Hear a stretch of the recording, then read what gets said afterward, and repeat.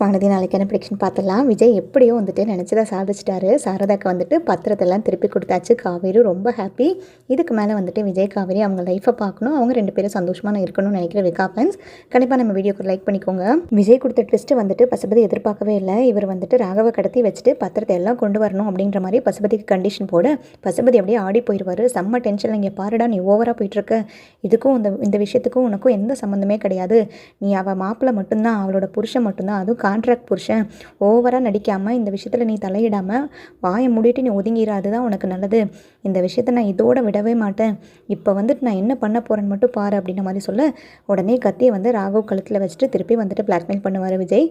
ஓவராக பேசிக்கிட்டு இருந்தேன், இனிமேல் உன் பையனை உயிரோட நீ பார்க்கவே முடியாது, கடைசி வரைக்கும் உன் பையன் ஃபாரினில் இருக்கிறதாவே நினச்சி நீ செத்துற வேண்டியதான், உனக்கு உன் பையன் வேணுமா இல்லை இந்த சொத்து பத்திரம் வேணுமா, காவேரியை வந்து பழி வாங்கணுமாங்கிறத நீயே முடிவு பண்ணிக்கோ, இதில் தலையிடக்கூடாதுன்னு சொல்கிறதுக்கு உனக்கு என்ன உரிமை இருக்குது, இது என் குடும்பம், காவேரிக்காக நான் என்ன வேணும்னாலும் பண்ணுவேன், எதை வேணும்னாலும் நான் இழக்க தயாராக இருக்கேன், இதுக்கு மேலே நீ வாய் பேசிக்கிட்டே இருந்த ராகவ் இங்கே இருக்கிற ஒவ்வொரு நிமிஷமும் உனக்கு தான் ஆபத்து, உன் பையனுக்கு தான் ஆபத்து, சீக்கிரமாக நான் கொடுக்குற 20 நிமிஷத்துக்குள்ளே நீ இந்த இடத்துக்கு வந்தாகணும், பத்திரம் டாக்குமெண்ட்ஸ் எல்லாமே கம்ப்ளீட்டாக வந்தாகணும், அதில் ஏதாவது ஃபோர்ஜரி பண்ணணும், போலி பத்திரத்தை எடுத்துகிட்டு வந்து எங்களை ஏமாத்திடலான்னா பார்க்காத, இங்கே ஆல்ரெடி நாங்கள் ஆளெல்லாம் செட் பண்ணி வச்சு தான் இருக்கோம், அது ஒரிஜினல் பத்திரமா இல்லையாங்கிறத பார்க்குறதுக்கான எவிடன்ஸ் எல்லாமே எங்ககிட்ட இருக்குது, அதனால் எந்த பித்தலாட்ட வேலையும் பண்ணாமல் கொடுத்த டாக்குமெண்ட்ஸ் அப்படியே வந்துட்டு எடுத்துகிட்டு வந்து என்கிட்ட கூட அப்படின்ற மாதிரி சொல்ல உடனே பக்கத்துலேருந்து ராகினி, அப்பப்போ சீக்கிரம் போய் கூட்டிகிட்டு வாங்கப்பா நீங்கள் ராகவை, அவன் ஏதாவது பண்ணிட போகிறான்ப்பா, தயவு செய்து அந்த பத்திரத்தை தூக்கி வீசுங்க, நம்மளுக்கு ராகவ் தான் முக்கியம், தம்பியை பார்த்து எவ்வளோ நாள் ஆச்சு, எவ்வளோ வருஷம் ஆச்சு, பாவம்ப்பா அவன் மூஞ்ச பாருங்கப்பா, ரொம்ப பயந்து போயிருக்கான், நீங்கள் என்னப்பா இவ்வளோ யோசிச்சுட்ருக்கீங்க,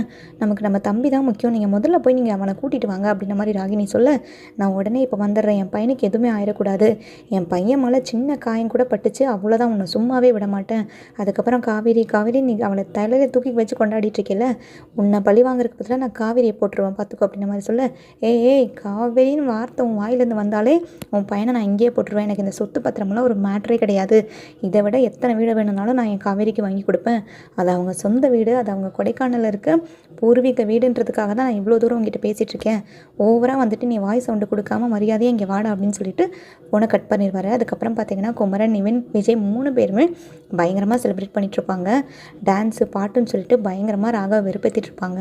எப்படியோ நம்ம நினச்ச மாதிரி சாதிக்க போகிறோம், இப்போ தான் எனக்கு ரொம்ப சந்தோஷமாக இருக்குது, அத்தைக்கு வந்துட்டு ஒரு நல்ல காலம் பிறந்துருச்சு, எவ்வளோ நாள் இதவே நினச்சி கவலைப்பட்டுட்டு இருந்தாங்க விஜய், நான் கூட இதை எப்படி பண்ணுறது எப்படி பண்ண முடியுன்ற மாதிரி யோசிச்சுட்டே தள்ளி போட்டுட்டு இருந்தேன், பட் நீங்கள் காலடி எடுத்து வச்சதும் போதும், இந்த இதில் நம்ம சக்ஸஸ் பண்ணிட்டோம், எல்லாத்துக்குமே எல்லாமே வந்து நல்லதாக நடக்கும் அப்படின்ற மாதிரி குமரன் சொல்ல உடனே விஜய் சொல்லுவார், பிரதர் நிவினோட ஹெல்ப்பும் உங்களோட ஹெல்ப்பும் இல்லாமல் நான் கண்டிப்பாக இதை பண்ணியிருக்க முடியாது, இது வந்து நம்ம யுனைட்டியாக பண்ணது, நான் மட்டும் பண்ணதா என்னை பிரிச்செல்லாம் பேசாதீங்க, இது நம்ம எல்லோரும் தான் சேர்ந்து பண்ணியிருக்கோம், இதில் என்ன நீங்கள் எப்படி பேசிகிட்டு இருக்கீங்க அப்படின்ற மாதிரி விஜய் சொல்ல குமரனுக்கும் நிவினுக்கும் ரொம்ப சந்தோஷமாக இருக்கும்.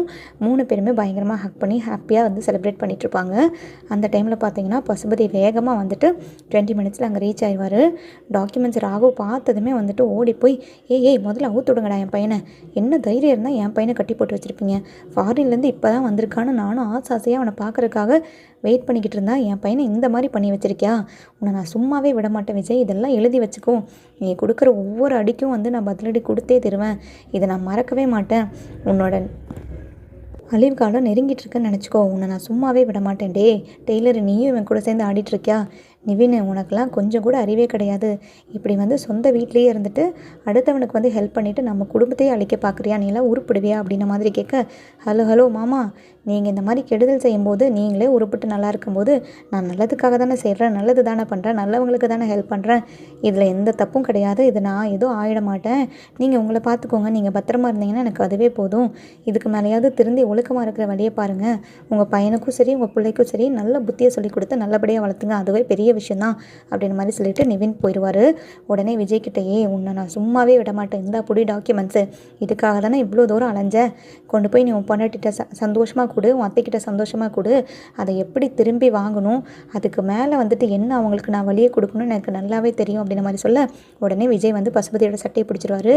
இதுக்கு மேலே நீ அடங்க மாட்டியாடா, திரும்ப என் பொண்டாட்டிக்கும் சரி என் குடும்பத்துக்கும் சரி பிரச்சனையை கொடுக்குறக்கே தான் நீ யோசிச்சுட்டு இருப்பியா, இதுக்கு மேலே வந்துட்டு நீ என் பொண்டாட்டிக்கிட்ட வாழ ஆட்டின அவளை ஏதாவது பழி வாங்கணும்னு நினச்சேன். அவளோட நிம்மதி போகிற மாதிரி, சந்தோஷம் போகிற மாதிரி ஒரு சின்ன விஷயம் பண்ணாலும் இதுதான் உனக்கு கடைசி ஆப்ஷன், கடைசி சான்ஸ் நான் கொடுக்குறது. என் பொண்டாட்டிக்கிட்ட வந்தனாலே அவ்வளோதான், உன்னை போட்டு தள்ளாமல் விடவே மாட்டேன். உன்னை போட்டு தள்ளிட்டு அதுக்கப்புறம் என்ன பண்ணணுங்கிறது ஈஸியாக எனக்கு தெரிஞ்சிடும். அதுலேருந்து ஈஸியாக எஸ்கேப் ஆகிறதுல எனக்கு ஒரு விஷயமே கிடையாது. மொத்தத்தில் உன்னை ஒழிச்சிருவேன் பார்த்துக்கோ அப்படின்ற மாதிரி சொல்ல, பத்திரத்தை வாங்கிட்டு நீ முதல்ல வெளியில் கிளம்புடா அப்படின்ற மாதிரி சொல்லிட்டு ராகவையும் வந்துட்டு கழட்டி விட்டு அனுப்பிடுவாங்க. போகிற போக்கில் வந்துட்டு ராகவ் 3 பேத்தையுமே பார்த்து லுக் விட்டுட்டு போவாரையே, நீ லுக்கெல்லாம் விடாத போடா, நீ யாருங்கிறது எனக்கு தெரியும் அப்படின்ற மாதிரி நிவினும் ஒரு சவுண்டு கொடுப்பாரு. உடனே 3 பேர் சேர்ந்துட்டு பயங்கரமாக சிரிப்பாங்க. அதை பார்த்துட்டு பசுபதிக்கு பயங்கர ஆத்திரமாக வரும். எல்லா தடவை இவனுங்களே ஜெயிச்சிட்ருக்கானுங்கள, இனி பாரு என்னோட மூவ்மை வேறு மாதிரி இருக்கும், என்னோடய மூமெண்ட்டை பார்த்து கண்டிப்பாக நீ எல்லாம் ஆடி போக போகிற. விஜய் நீ சிரி சிரி, சந்தோஷமாக சிரி, உன்னோட சிரிப்பு கடைசி சிரிப்பு இதுவாக தான் இருக்கணும் அப்படின்ற மாதிரி நினச்சிட்டு பசுபதி போயிடுவார். உடனே இந்த சந்தோஷமான விஷயத்த கால் பண்ணி காவேரிக்கு சொல்லலாம் அப்படின்ற மாதிரி 3 பேரும் யோசிச்சுட்டு உடனே காவேரிக்கு விஜய் கால் பண்ணி சொல்லுவார்.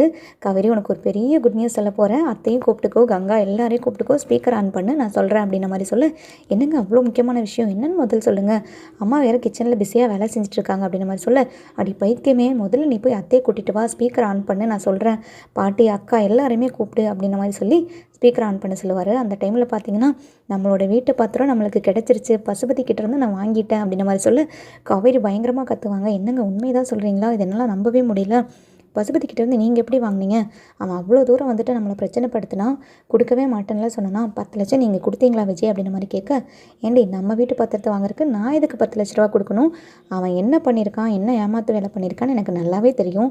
அன்றைக்கி அவ்வளோ தூரம் வந்துட்டு அத்தை ஃபீல் பண்ணி அழுதாங்க, அதுக்கப்புறம் எனக்கு தூக்கமே வரல, நம்ம வீட்டு பத்திரத்தை மீட்டு அத்தை கையில் கொடுத்ததுக்கு அப்புறம் தான் வந்து நான் தூங்கணுன்ற மாதிரி உறுதிமொழியே எடுத்துட்டேன் அந்த அன்னையிலேருந்து. அதுக்காக தான் இவ்வளோ தூரம் நான், குமரன், நிவின் எல்லாருமே கஷ்டப்பட்டு நம்ம வீட்டு பத்திரத்தை வாங்கியாச்சு, இங்கே பாருங்கள் அப்படின்ற மாதிரி வீடியோ கால் ஆன் பண்ணி எல்லாத்துக்கிட்டையும் காமிப்பார்.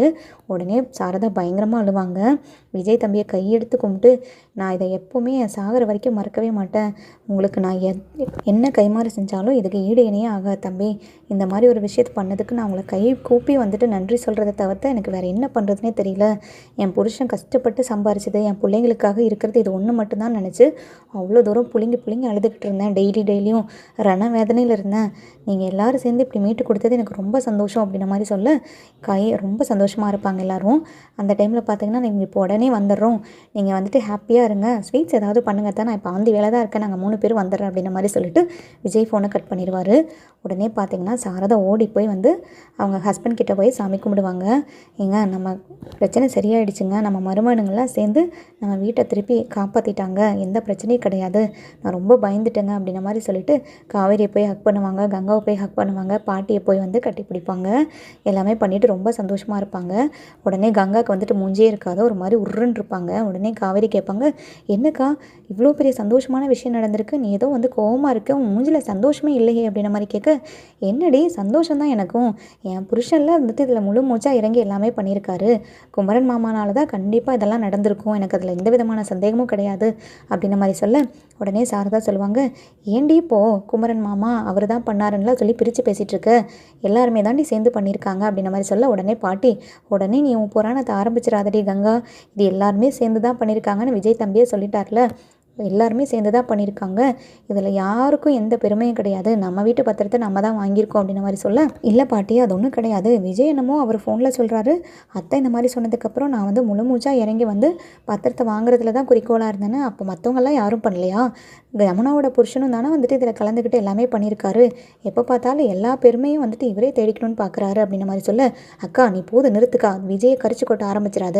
விஜய் ஒன்று நல்லது தான் நினச்சி நல்லது தான் பண்ணியிருக்காரு, என்னமோ குமரன் மாமா பண்ணாரு, நிவின் பண்ணாருன்னு சொல்கிற, இவர் விஜய் வந்துட்டு இனிஷியேட் பண்ணாமல் அதுக்கு முன்னாடி முன்னுரிமையாக வந்துட்டு எல்லாத்தையும் நடத்தாமல் தான் எல்லோரும் சப்போர்ட் பண்ணாங்களா, இவ்வளோ தூரம் இவ்வளோ நாள் வந்துட்டு குமரன் மாமா என்ன பண்ணார் யோசிச்சுட்டு தான் இருந்தார் என்ன பண்ணலாங்கிறது, விஜய் ஒரு ஐடியா பண்ணி பிளான் பண்ணதுக்கப்புறம் தான் 3 பேரும் சேர்ந்து சப்போர்ட்டிவாக நின்று எல்லாத்தையும் ஜெயிச்சிருக்காங்க, நீ என்னமோ ரொம்ப குறை பேசிகிட்டே இருக்க, அவர் ஒன்றும் மற்றவங்க பெருமைக்காகவும் மற்றவங்களுக்காகவும் பண்ணுறது கிடையாது, எனக்காகவும் அம்மாக்காகவும் தான் பண்ணியிருக்காரு, நீ தேவையில்லாமல் பேசி அவங்கள கஷ்டப்படுத்தாத, அதன் போக நான் ஒன்றும் இப்போ என் புருஷனோட பெருமைக்கு ஒன்றும் பேச கிடையாது, நீ வந்து இதை தப்பாக பேசிக்கிட்டு இருக்க, விஜய் குமரன் மாமா நிவின் எல்லாரும் தான் சேர்ந்து பண்ணியிருக்காங்க, எனக்கு எல்லார் மேலேயும் மதிப்பும் பாசமும் அதிகமாக தான் இருக்குது, நீ வந்து இப்படி பேசுகிறதுனால தான் இதுக்கு ஒரு பதிலடி கொடுக்குறனே தவிர வேறு எந்த விதமான எண்ணமும் கெட்ட எண்ணமும் எனக்கு கிடையாது அப்படின்ற மாதிரி சொல்லிட்டு காவேரி உள்ளே போயிடுவாங்க.